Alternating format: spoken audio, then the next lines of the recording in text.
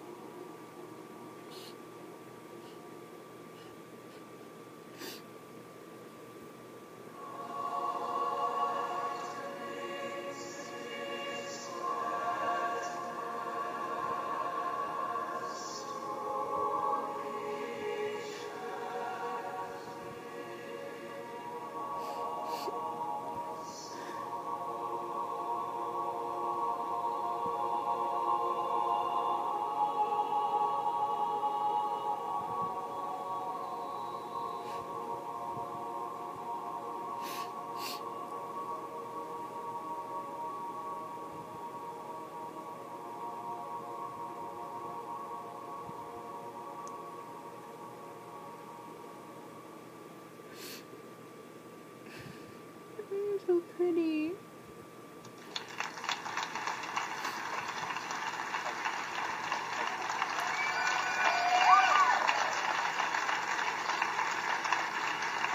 Thank you.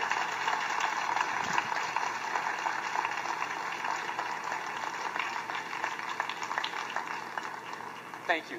This video is now live online. The amazing part is that it goes on for nearly another 8 minutes, and it's just a scroll of credits of all of the singers. It's really something to behold.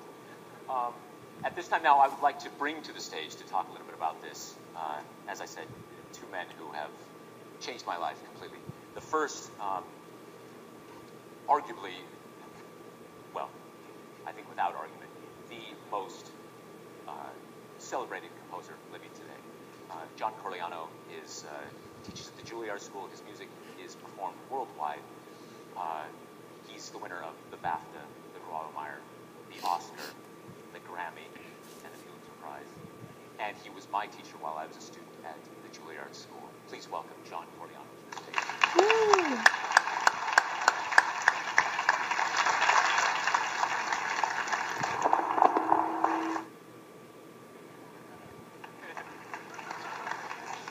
That was electric, John. Next is Mr. Chris Anderson, the curator and mastermind behind the TED conferences, Technology, Entertainment, and Design. Yes, I'm sure all of you have seen the videos online or may have even attended the conferences. Chris has changed the world in the 11 years that you've been with TED, to be sure. And in the immortal words of Steve Jobs, if I may, well and truly dented the universe, without question. Please welcome to the stage Mr. Chris Anderson. Yay!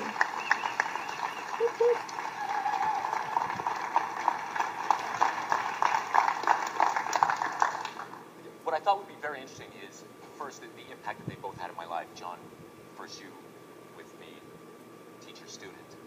And Chris, you gave me this global platform. I did a TED Talk last year, and my life changed 10 minutes after I finished. I was actually a trending topic on Twitter because of that.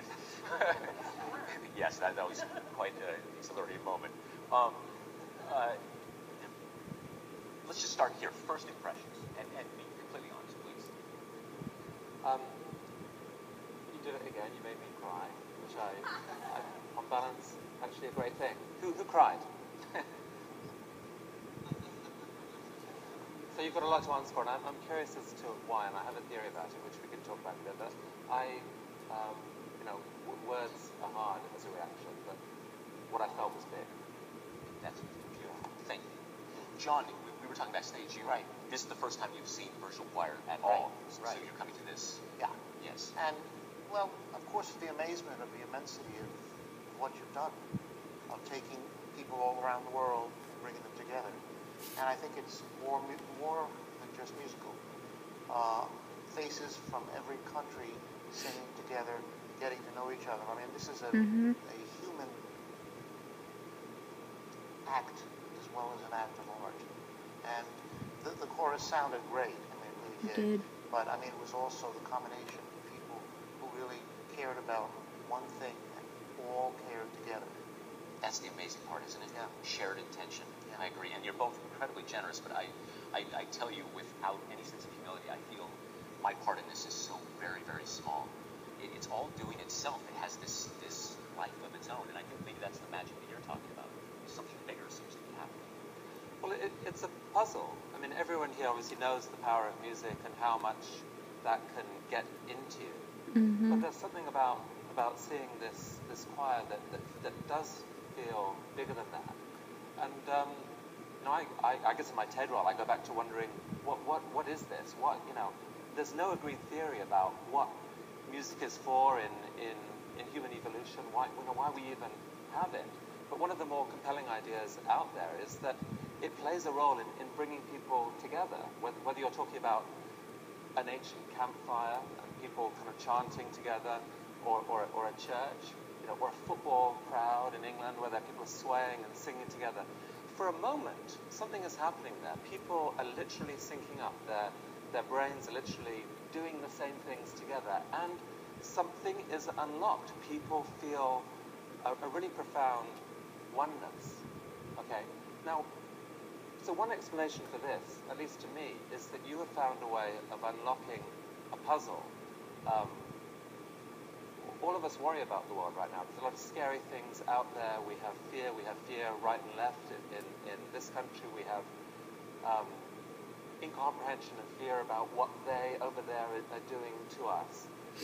You look at a thing like this, and all of that goes. You've got individuals in these different countries who are magically, powerfully as one. And I think that music, the power of your music, and that experience, that connected experience, is really quite profound and has a shot at creating a kind of unity of intention and purpose that actually matters to the world's future.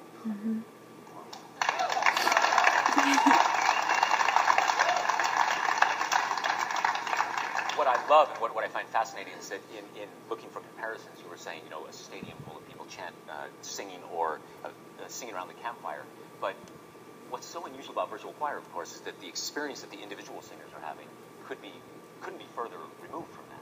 They're sitting alone in their room with the headphones on and practicing 20 times, and the cat's walking on the keyboard, and their mother is yelling at them. Yeah. And yet, literally. Yes. I'll send you a picture. Not looking at you while you're directing. Seriously? Absolutely. Well, at least someone was watching me. But that's the amazing part, is that the singers, and myself included, seem to be feeling a sense of community. That same thing, as if we're together, as if we're in the same room together. But it's completely separated over time and space. And I'm guessing, I'd actually love to hear from the people performing, I'm guessing that there is one experience when you're doing it, where you have a sense that you're part of something bigger, and then a whole other experience when you actually see it and you see the other people, and there's a moment there that perhaps feels different again. I mean, I think, Eric, at some point in your future, there is the ability and the technology to do this live and combine the two of them together and somehow arrange for people to sing